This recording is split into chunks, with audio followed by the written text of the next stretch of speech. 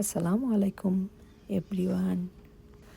আপনাদের জন্য আমার আজকের আয়োজন চিকেন তেহারি। কিভাবে কম খরচে ঘরে থাকা মশলা দিয়ে ঝটপট চিকেন তেহারি রান্না করা যায় স্বাদ বজায় রেখে। আশা করছি সবার ভালো লাগবে। প্রথমে প্যানে দিয়ে দিব আধা কাপ সরিষার তেল। এলাচ দিয়ে দিব 3 থেকে 4টা।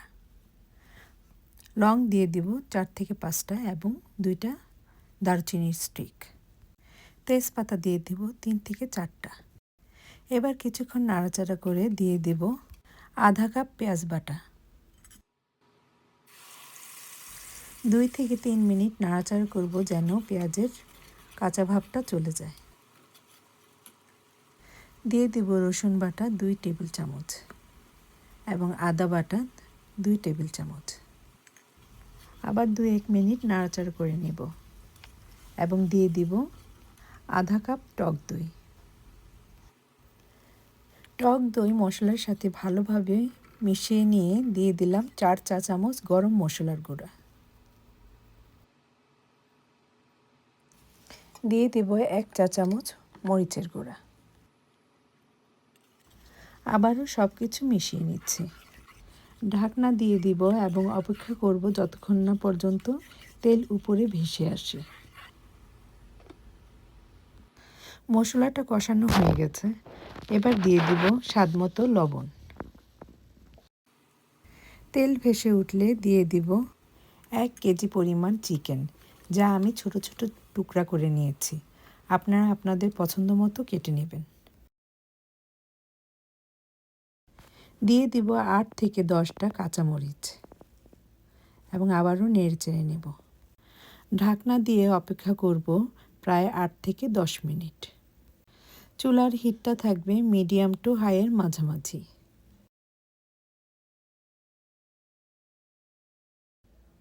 চিকেনটা নেড়েচেড়ে কষিয়ে নিব এবং দিয়ে দিব 1 কাপ পরিমাণ পানি।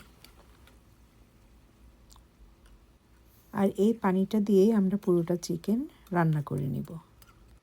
নেড়েচেড়ে আবারও ঢাকনা দিয়ে দিব এবং অপেক্ষা করব 15 থেকে 20 মিনিট।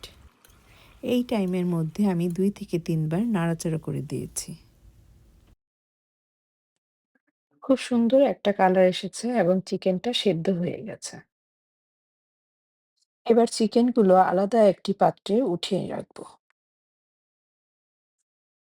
একই পাত্রে 500 গ্রাম চিনি গুঁড়া পোলার চাল দিয়ে দিব। চালটা আমি আগে থেকে ভিজিয়ে ধুয়ে পানি ঝরিয়ে রেখেছিলাম। এবার ভালোভাবে মসলার সাথে চালটাকে ভেজে নিতে হবে। চালটা সুন্দরভাবে ভাজা হয়ে গেলে দিয়ে দিব আধা কাপ দুধ এবং 3.5 কাপ পানি। চাল ছিল আমার 2 কাপ। পানির পরিমাপটা ঠিক থাকলে তেহারি রান্নার পর সুন্দর লাগে। এবার ভালোভাবে নেড়েচেড়ে ঢাকনা দিয়ে অপেক্ষা করব বলক না আসা পর্যন্ত। বলক আসা মাত্র চালটাকে আবার একবার নেড়েচেড়ে দেব। এই পর্যায়ে দিয়ে দেব 1 টেবিল চামচ চিনি, 1 টেবিল চামচ কেওড়া জল এবং 1 টেবিল চামচ ঘি। এবার সবগুলি উপকরণে একসাথে মিক্সড করে নিব।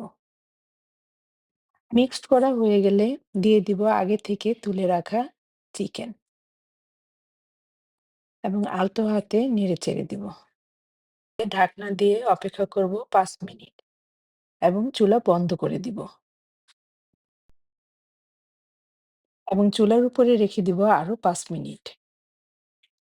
আর এটা পরিবেশনের আগে আরো একবার নেড়েচেড়ে নিব। আর তৈরি হয়ে গেল আমাদের খুবই মজাদার চিকেন তেহারি।